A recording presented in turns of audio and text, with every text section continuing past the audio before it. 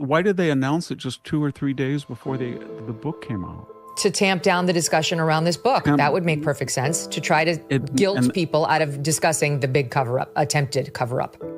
So in other words, and this is what I think we're all thinking, they used a serious medical condition and they use it as leverage and for their own political purposes. And then in addition to that, they were quite willing to demonize anybody who saw what they were doing as the real insensitive people, not themselves, who were using cancer as a way of deflecting attention from a very incriminating book.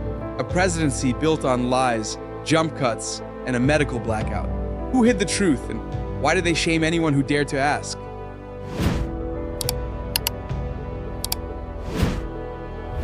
It's a multi-layered, multifaceted effort to delude the American people for cheap political purposes. It involved his medical team, it involved his staff, it involved the surrogate people who were really running the country, and it involved the media. That cheap fake, that was a talking point for 6 months.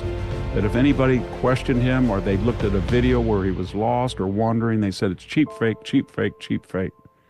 Yeah. And they were relentless. And now, who else has apologized besides Jake Tapper? Victor Davis Hanson rips the curtain off what he calls a multi-layered conspiracy to hide Joe Biden's decline. From media whitewashing to a shadow government running the show, this wasn't just a cover-up. It was a deliberate scam that betrayed the American people. He's only apologizing because he's in a process of making several $1 million off of something that he was culpable for. And he knows that if he didn't apologize, his interviews, his book tours, and his sales would be impaired by it. So the apology is central to give him a second chance or some type of contrition so that people will say, well, he feels bad and he was the one that kind of exposed it now. But he wouldn't apologize if he hadn't written a book, and he wouldn't apologize unless he thought it was central to the book's success. The media didn't just ignore Biden's decline. They peddled the lie, then cashed in on the truth. Outlets like CNN mocked conservatives as conspiracy nuts, only to pivot with crocodile tears and book deals when the jig was up. Their apologies? Just a cynical ploy to dodge the reckoning they deserve. That is the biggest scandal. And I think they need to call in everybody on every pardon and ask who operated the Autopen, who was there and what they did. They need to do that, and they need to do it right away. And I think and then the other big scandal, and they don't stop, because now we are told that the most observed, most diagnosed, most monitored man in the world did not have a PSA test for, 11 years? While an Autopen signed away borders and pardons, the real scandal was the void at the top. No president, just a machine, and a medical cover-up so blatant it defies belief. Who was signing the orders, and why has no one been held accountable? And that's why they really didn't have an open primary. They didn't have an open primary in 2024. They put Harris without an open primary. He lived by he was nominated by a coup and he was deposed by a coup. But the point is, what we thought was a debility, and he was kind of an empty vessel and struggling with cognitive problems. I think the hard left wing of the Democratic Party found this useful and advantageous. Biden wasn't a president. He was a prop.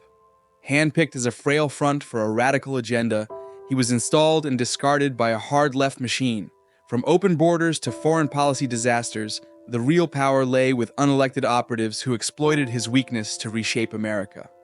I think everybody knows people I'm 71, and I can tell you that no urologist in the world, if you want a PSA test, they will give you a PSA test. And if he has one in 2014, we just need to know the results. Was it negative? Was it positive? Was it high? Right. Was it low? But why? They don't say that. That's what's interesting. So they say he last had a PSA test in 2014. They don't say what the results were. The Biden team's claim, no PSA test for 11 years, isn't just dubious. It's a slap in the face to common sense.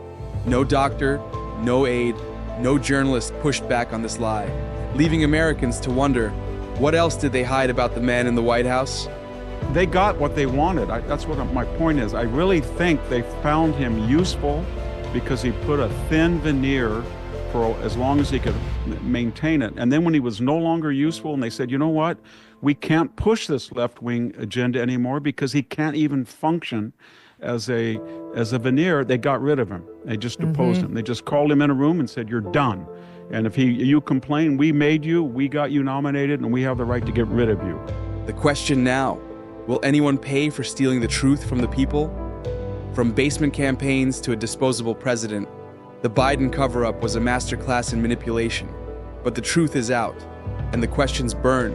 Who really held power, and when will they face justice? If you found this breakdown helpful, hit that like button so more people see it. And if you want more sharp takes on global power plays, go ahead and subscribe. Thanks for watching, and I'll see you in the next one.